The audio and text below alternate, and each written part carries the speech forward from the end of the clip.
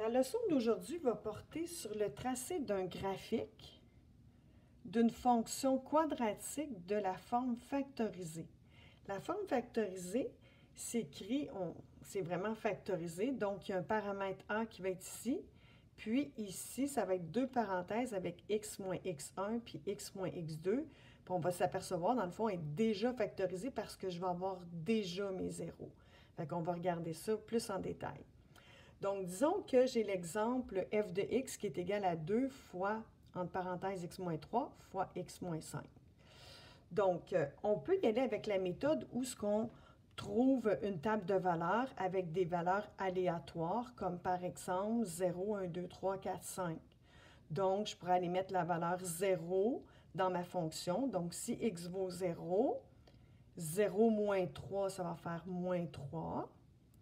Si x vaut moins 0, ça fait moins 5. Puis moins 3 fois moins 5, ça va faire plus 15. Puis plus 15 fois 2, ça va nous donner 30 ici. Donc, je vous invite à mettre la vidéo sur arrêt et trouver les autres valeurs de y pour lesquelles on donne un x qui vaut 1, 2, 3, 4 et même celui qui vaut 5. Donc, prenez quelques minutes pour trouver ça et je continue ma leçon par la suite. Donc, vous auriez dû trouver les couples 1, 16, 2, 7, 3, 0, 4, moins 2 et 5, 0. Donc, je vais vous expliquer pourquoi ici, celui-ci est en rouge. Donc, premièrement, bon, je n'ai pas mis 0,30 et 1,16 dans mon graphique parce qu'ils étaient trop hauts. Donc, je suis allée mettre le couple 2, 7.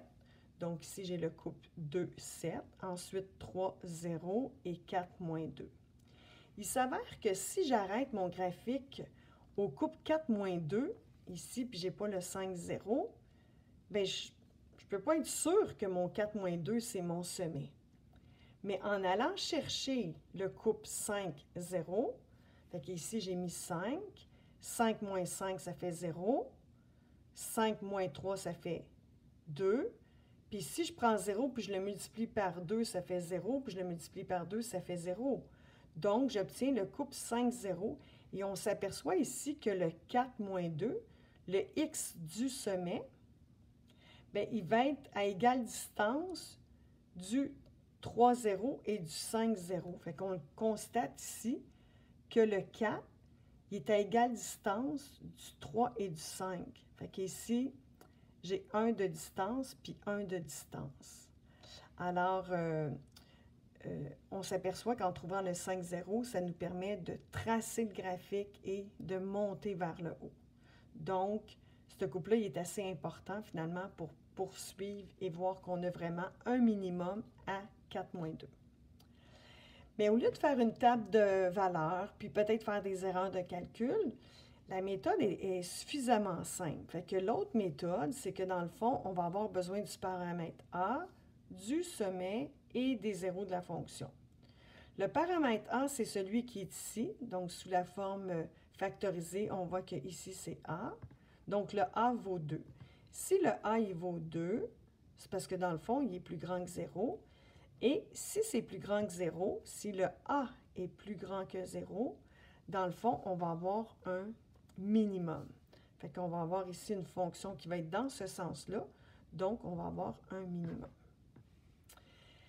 Maintenant, si je voulais trouver le sommet, fait que moi, je veux trouver le sommet 4 moins 2. Si je veux trouver le sommet 4 moins 2 avec cette fonction-là, c'est vraiment facile, en ce sens que si je prends mon 3 puis mon 5, c'est-à-dire les zéros de ma fonction, et j'en fais la moyenne, c'est-à-dire 3 plus 5 divisé par 2, je vais obtenir à mi-chemin entre les deux le x de mon sommet. Donc, c'est pour ça que la formule, c'est on additionne les zéros. Fait que si j'additionne les zéros, le x de mon sommet, ça va me donner mon x1, on avait dit qu'il valait 3. Mon x2, il vaut 5.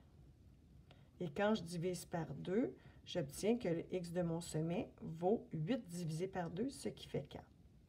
Alors, si j'ai trouvé 4 pour mon sommet, je vais venir remplacer ici ce que je viens de trouver, qui vaut 4. Fait que je vais aller chercher le y de mon sommet en remplaçant le x par 4 dans ma fonction. Fait que ça va me permettre de trouver le y du sommet. Donc, ça va me donner 2. Là, je remplace 4 moins 3. Et je vais remplacer ici 4 moins 5. Donc, dans le fond, quand x vaut 4, qu'est-ce que je vais trouver comme y? Donc, ça va donner 4 moins 3, 1. 4 moins 5, moins 1. Et dans le fond, ce que ça va me donner, ça va faire 2 fois 1, 2. 2 fois moins 1, ça va me donner moins 2. Donc, ce que je viens de trouver, c'est que si le x de mon sommet vaut 4, bien le y de mon sommet vaut moins 2.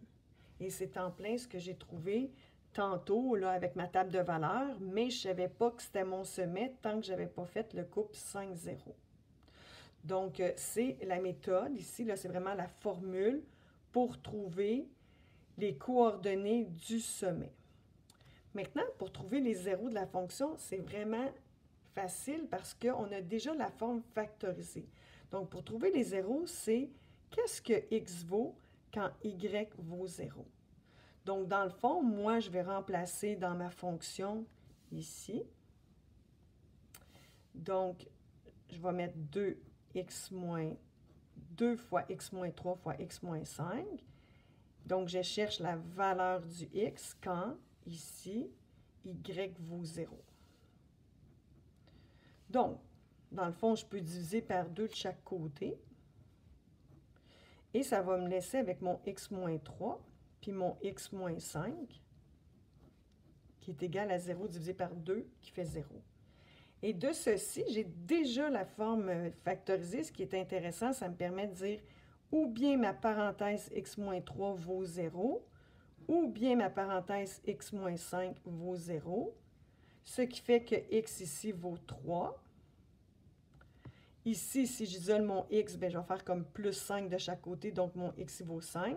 Ce qui en découle que je viens de trouver le couple 3, 0 et le couple 5, 0. Ce qui implique que j'ai mon 0 qui vaut 5, 0 et l'autre 0 qui vaut 3, 0. Et c'est en plein ce que j'ai trouvé ici. Donc, avec le A qui me permet de dire que j'ai un minimum, mon sommet que j'ai trouvé qui vaut 4 moins 2, et les deux zéros de la fonction qui valent 3, 0 et 5, 0, bien, tout ça me permet de tracer ma fonction qui a un minimum en moins 2, où ce que mon sommet se retrouve sur la fonction quadratique. Donc, c'est une forme très facile quand elle est déjà factorisée. Donc, cette leçon termine la forme factorisée d'une fonction quadratique.